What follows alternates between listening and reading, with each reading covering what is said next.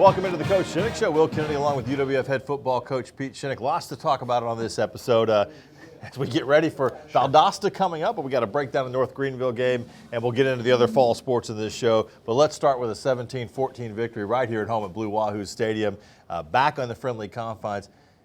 We had to wait until the end. It got a little nervous for me. Yeah, we wanted to keep the stands full of our fans, and so we knew if we kept it close, they'd stick around. Now, we give a lot of credit to North Greenville and their coaching staff. I thought that was a fantastic game plan. They really did things to keep us off balance a little bit, both on offense and defense. And then, we helped them. We really did. The interception for a touchdown is just a poor read by Austin. The two fumbles are things that we can control.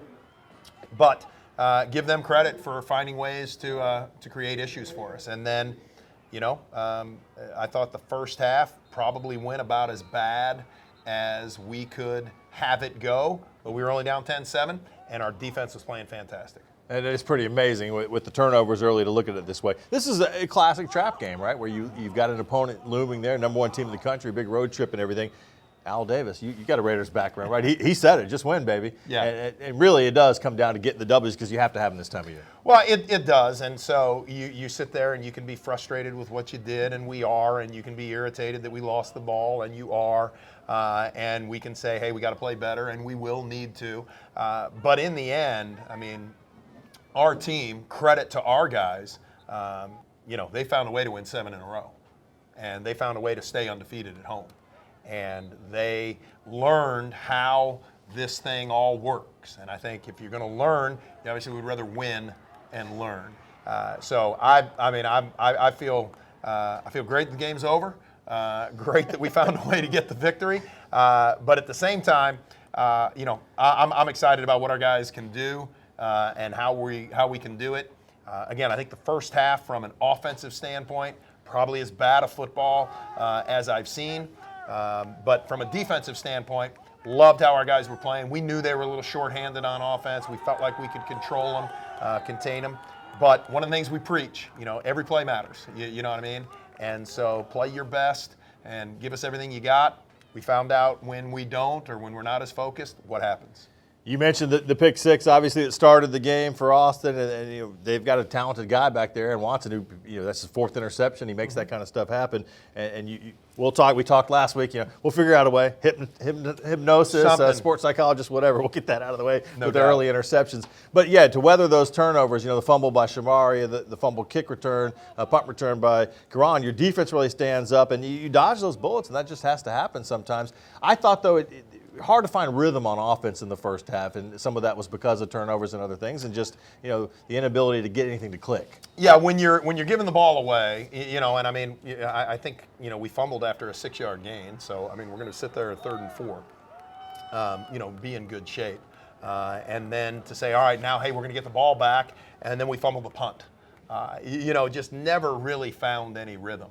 We were able to put together one good drive, get the field goal. And you're like, okay, now we're in this thing a little bit. But I think what you saw really was our defense play very good football. Now, we missed a field goal. They missed 2 field goals. Obviously, those points count somewhere. But at the same time, I feel like we were getting good pressure on their field goal kicker as well. When you're in a game like this, as we know, every point matters.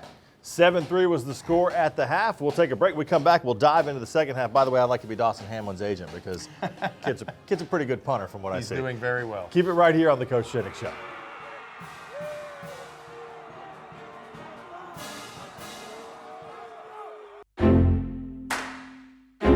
Real change occurs in that split second, a moment of connection among people. With a common purpose, a shared vision, and a unified goal. What will you change? What will change you?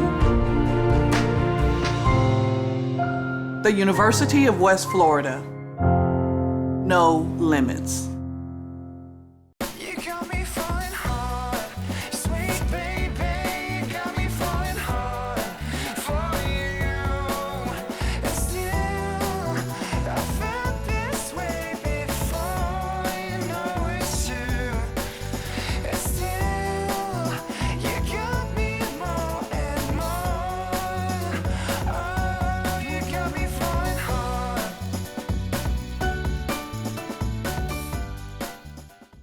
What does Argo Spirit look like? Is it finding the perfect Argo outfit to show your team pride? Is it giving back while getting your pre-game grub? Or is it connecting with your community in the perfect spot?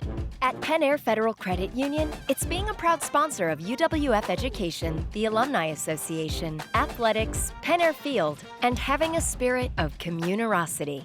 Learn more at pennair.org/aboutus. Welcome back into the Coach Shinnick Show. 7-3 as we mentioned at the half, and you guys come out, you kick the ball to them, they start and you get the ball back and, finally get some offense going. And I thought, you were able to run the ball effectively. The numbers won't, say that it was a huge running day, but Jervon especially, some tough running. I think 15 for 75 yards and was able to pick up some good yardage when necessary. No, Jervon, he's kind of been our mainstay, and Shamari had a big week last week, and he had a good week of practice, so he was the starter. But Jervon has really been our most constant guy across the board. And so when we went with him, we saw that he was seeing it. And we have the luxury of that. We're not stuck with one guy. I mean, we have the luxury of, 4 really good running backs who give us a lot of different looks. And, I felt like those 2 drives in the second half, I think one was a 12-play 80-yarder, the other one was a 99-yarder. I mean, those 2 drives obviously won the game for us. But at the same time, I think just showed a little bit of the fortitude, a little bit of the moxie of the offensive side of the ball to be able to hunker down a little bit.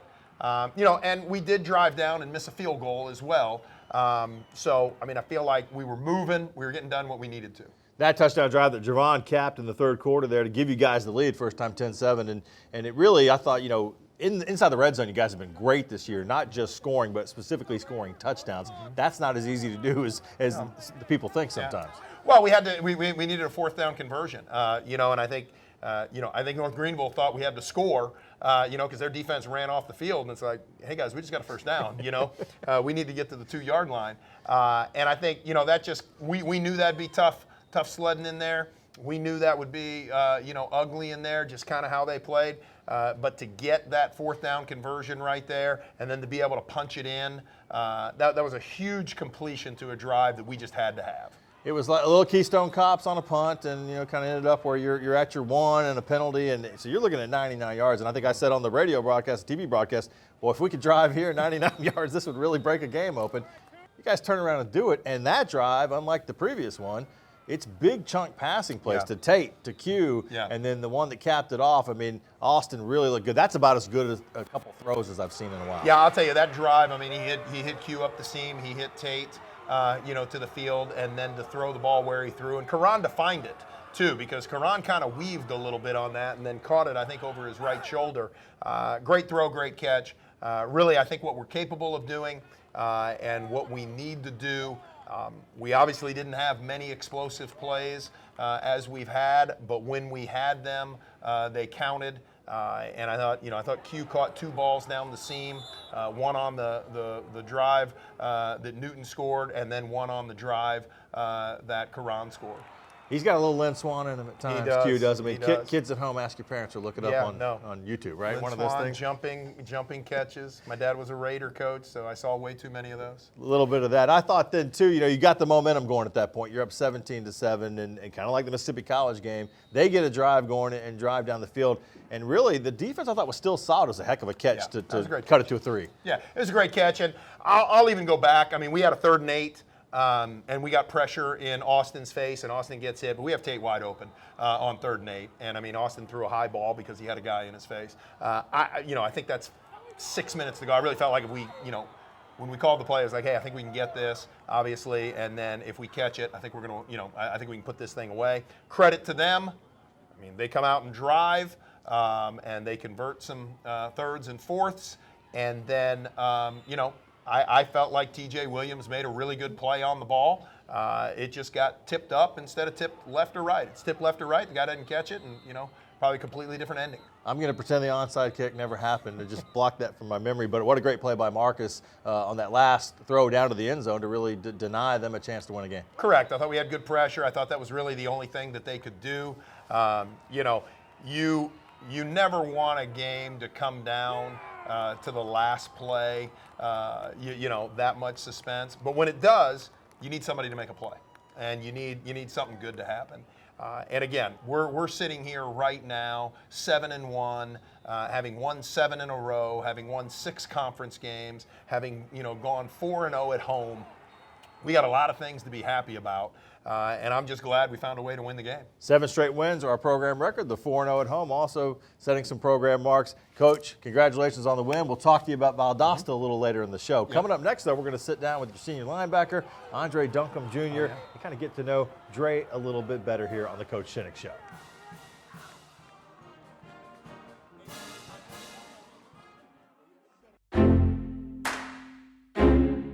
Real change occurs in that split second. a moment of connection among people.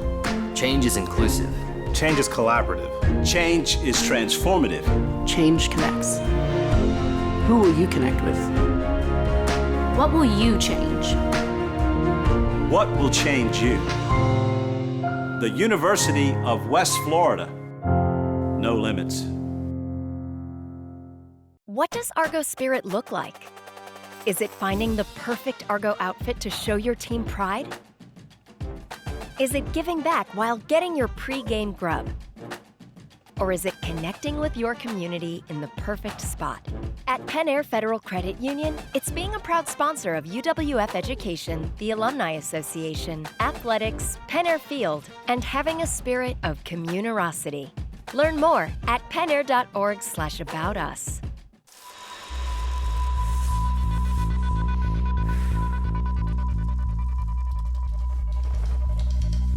For those who measure success by the worn tread on their tires, and those who strengthen their body and mind and drift through their weekends over nature's current.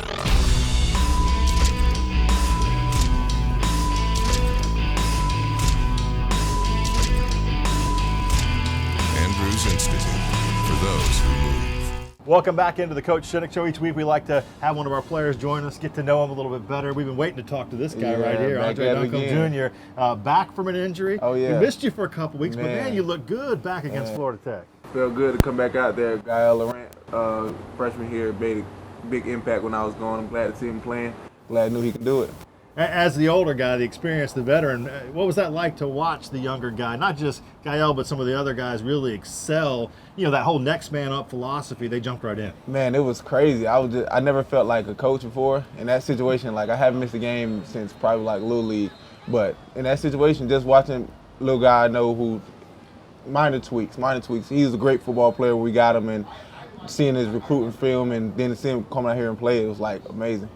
This defense, and we've talked with Darrell Wilson along the way, we talked with Chandler about this, is the depth at each position.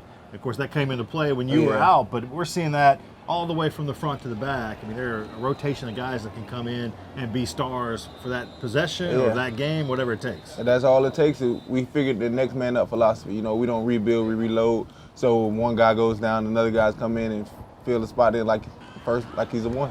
You guys really seem to enjoy taking the football away from the other team. We saw a record in the West Georgia game. I know you weren't back for that one, but 6 turnovers. But they kept it right, going as we move on. I mean, I know as a defense that really kind of takes away the other team's will when you're taking the football from them. It demoralizes them, for real. It takes away everything, their will to fight. So you get the ball away from our offense gets average 13 possessions. So we try to give them 16, 3 more extra possessions will do the trick.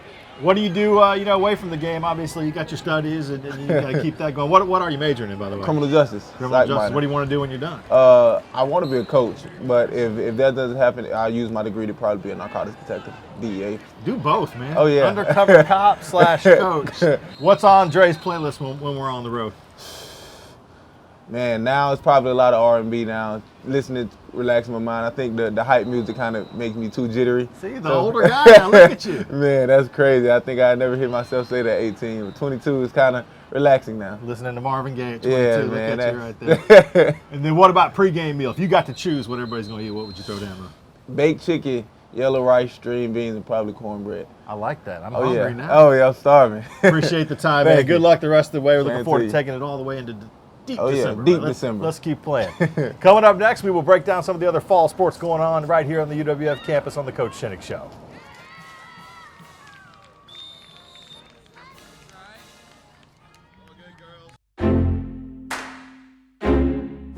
change occurs in that split second, a moment of connection among people. With a common purpose, a shared vision, and a unified goal. What will you change? What will change you? The University of West Florida. No limits.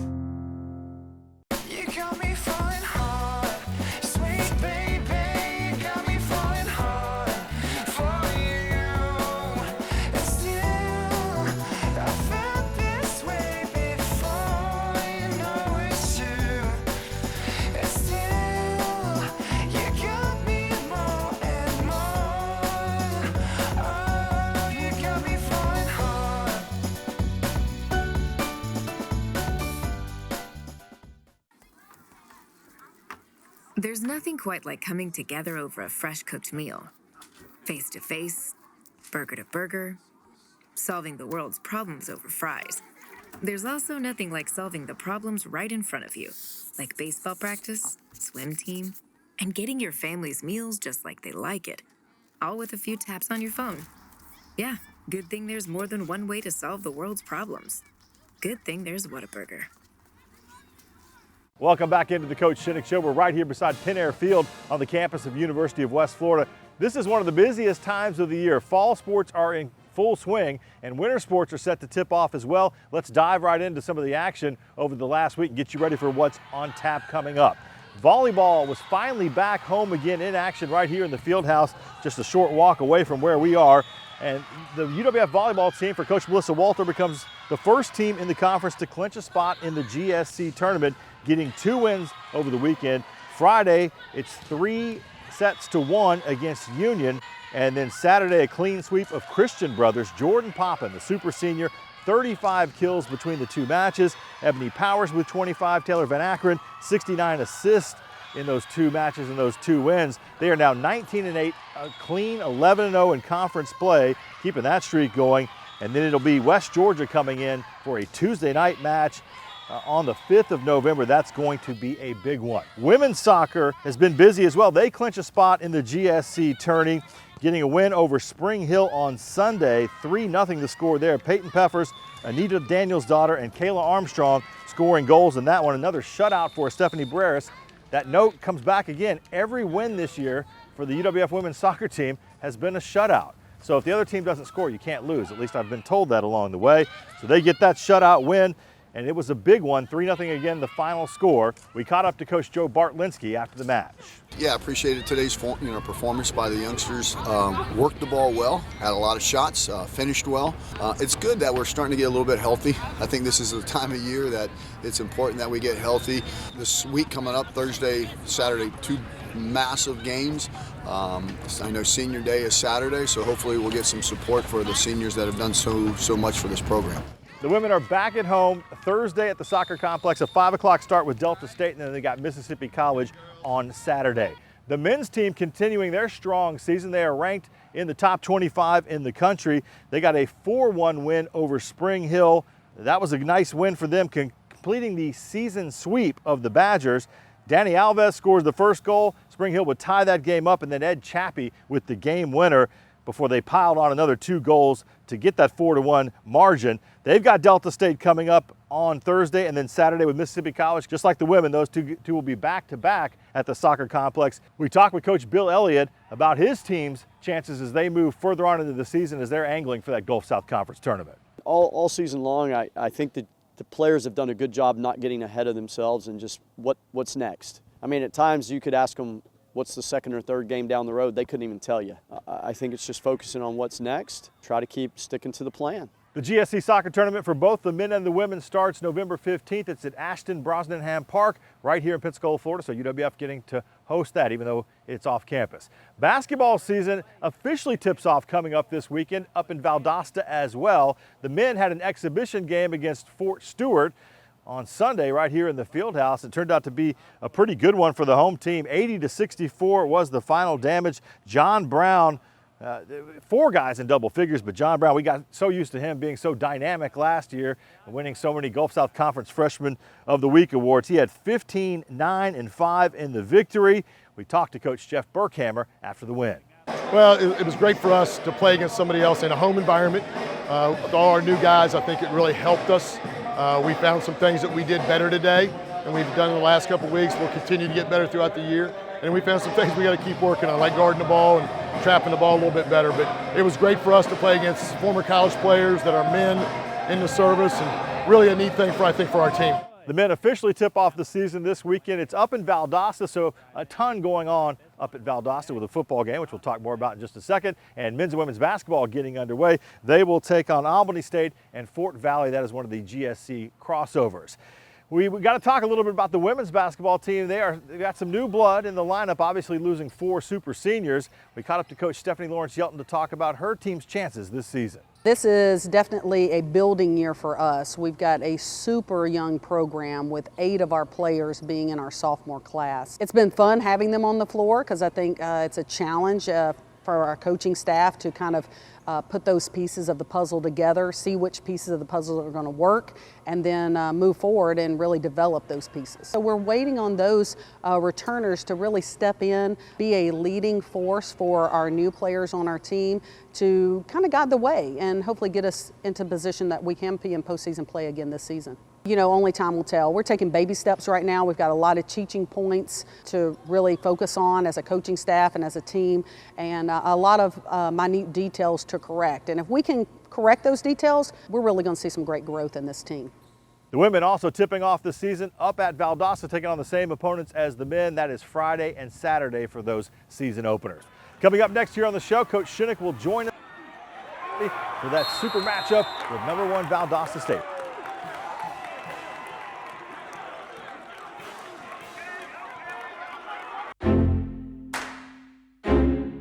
Real change occurs in that split second.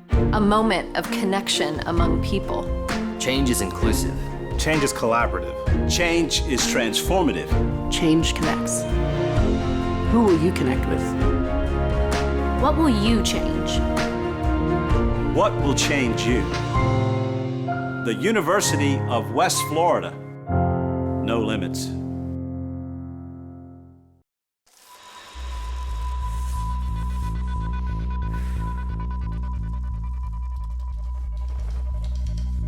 For those who measure success by the worn tread on their tires, and those who strengthen their body and mind and drift through their weekends over nature's current.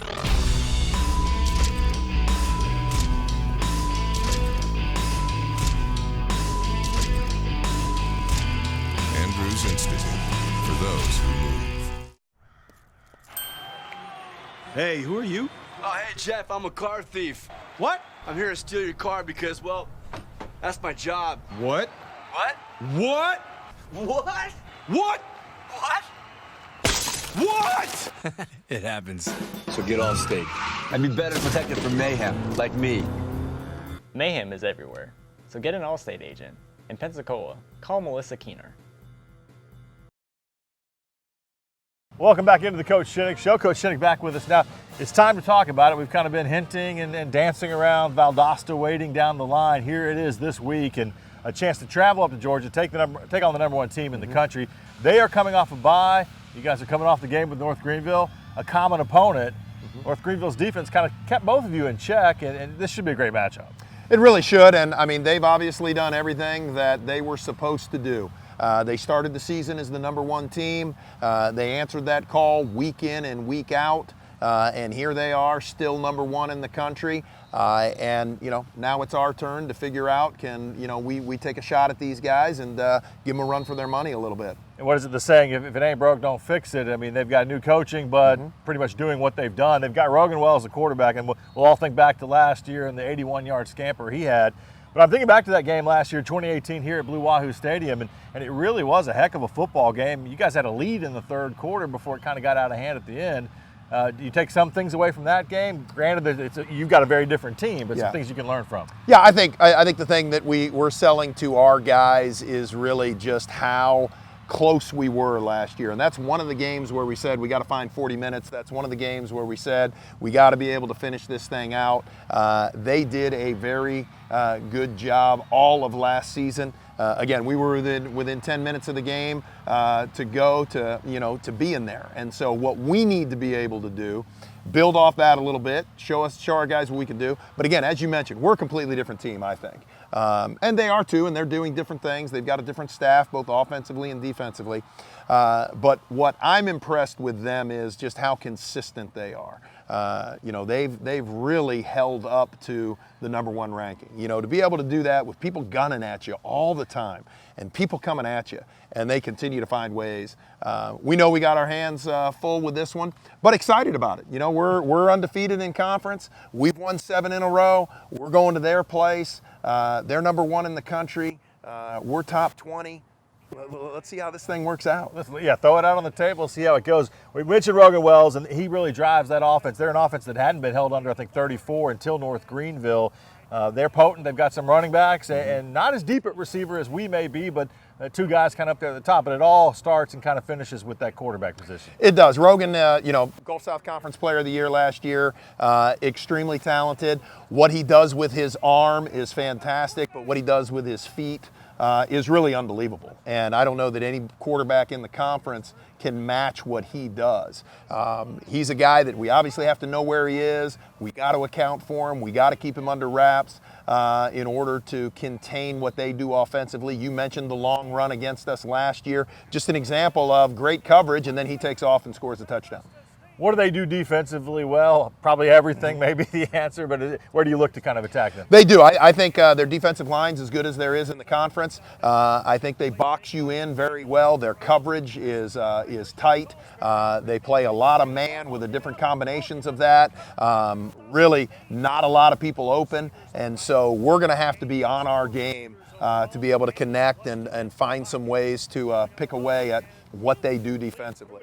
Big defensive line, athletic linebackers, and an athletic secondary. I think they're at the top of the conference and top of the country in both offense and defensive categories, but their defense is not giving up a lot, and we're going to have to play great offensive football to make this thing go. Long tradition, of course, at Valdosta State, and the one team in the conference you haven't checked off the box yet. Correct. You guys, the last opponent, this is unusual, the last opponent is both North Greenville because of their bye.